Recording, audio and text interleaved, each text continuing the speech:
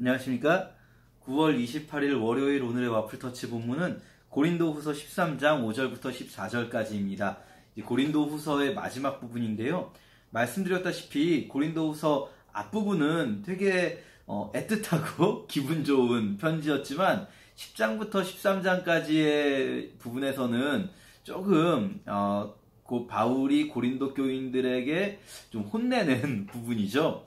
왜냐하면 고린도 교인들이 거짓 선지자들, 거짓 교사들에게 미혹되어서 바울의 사도권을 인정하지 않고 또 다른 복음, 다른 예수를 쫓아다니고 있다라고 지금 이야기하는 겁니다. 오늘 본문에서도 바울이 고린도 교인들에게 너희들이 지금 너희 자신을 잘 한번 생각해봐라 라고 이야기하는데요. 이렇게 표현합니다. 여러분은 믿음으로 살고 있는지 스스로 살피고 시험해 보십시오. 자, 여기서 우리가 기억해야 할 포인트는 뭐냐면요. 우리가 그냥 믿음이라는 것이 지적인 동의, 맞아, 2000년 전에 예수님이 직접 계셨고 예수님이 십자가를 지셨고 우리의 죄는 이제 없어졌고 나는 이제 천국 갈 수 있어. 이런 지식에 대한, 이 사실에 대한 단순한 지적 동의가 우리 성경이 말씀하시는 구원받을 만한 믿음이 아니라는 겁니다. 믿음은요, 우리가 지적 동의를 포함하여서 그것을 넘어서 그 믿는 바대로 살아가는 것을 내포하고 있는 개념이라고 할 수 있어요. 그렇기 때문에 우리가 믿음 안에 거하고 있는지 아닌지를 늘 살펴보아야 합니다. 단순히 한번 믿었으니까 그 사실을 마치 지구가 태양 주위를 돌고 있다는 사실은 한번 믿으면 계속 믿고 있는 거거든요. 그쵸?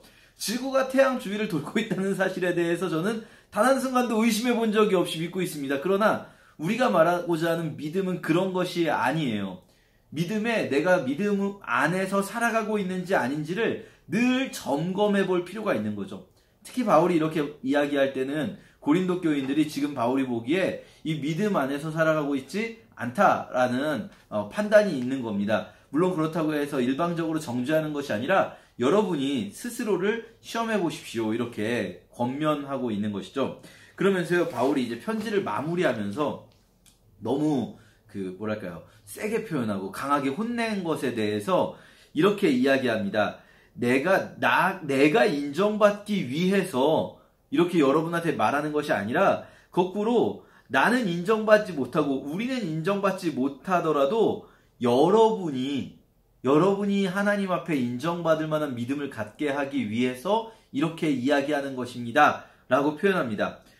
9절에 보시면 우리가 약하더라도 여러분이 강하게 되면 우리는 기쁩니다. 이렇게 이야기하고 있는 거죠. 바울의 마음속에는요. 내가 사도인데 내 사도권을 인정해주지 않아서 너무 억울해. 이런 마음이 있는 게 아니에요. 오직 바울이 바라보는 것은 이 그리스도인들 또 고린도 교인들 또 모든 사람의 구원 이것을 위해서 어떻게 하면 조금이라도 나야 무시당해도 좋고 고난을 겪어도 좋고 매를 맞아도 좋고 뭐 죽어도 좋은데 나는 어떻게 되든 괜찮은데 어떻게 하면 조금이라도 더 사람들이 주님께 가까이 다가갈 수 있을까? 이것이 유일한 바울의 생각거리, 바울이 살아가는 중심 생각이었던 거죠. 오늘 우리는 이런 생각을 해볼 때 조금 부끄럽지 않을 수가 없습니다. 왜냐하면 예를 들어서 세상이 교회에 대해서 핍박하는 것 같다. 우리가 이렇게 느낄 때 세상이 교회를 핍박하는 것이 사실일 수도 있고 그렇지 않을 수도 있어요. 그런데 어쨌든 사실이라고 한다 하더라도 우리의 그러면 그 상황 속에서 우리의 고민은 무엇이 되어야 하냐면 우리가 핍박받으니까 억울하다.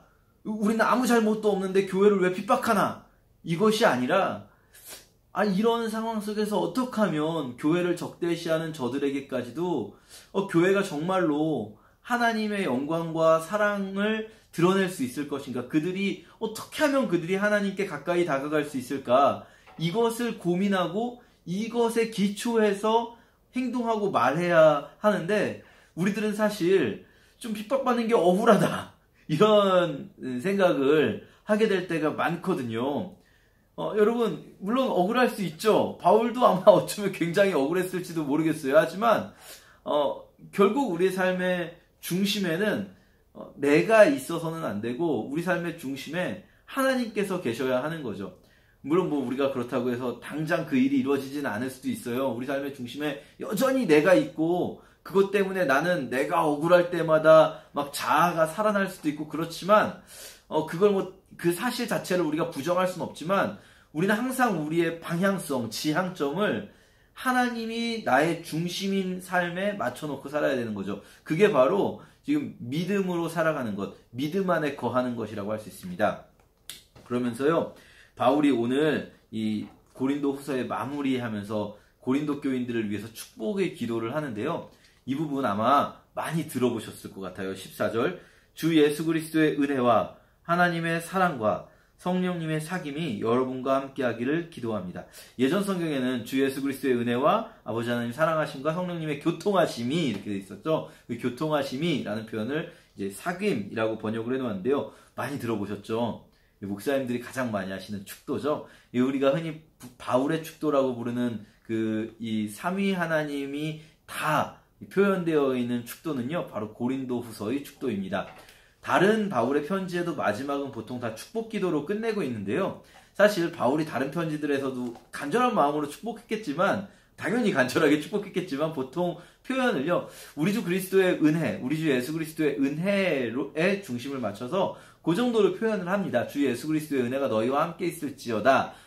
주 예수 그리스도의 은혜 가운데 계시기를 기도합니다. 이런 식으로 바울이 마지막 기도를 마무리하고 있는 데 비해서 고린도 후서는 삼위 하나님을 총동원한 축복을 하고 있어요. 무슨 말이냐면 가장 간절한 축복 기도문인 거죠.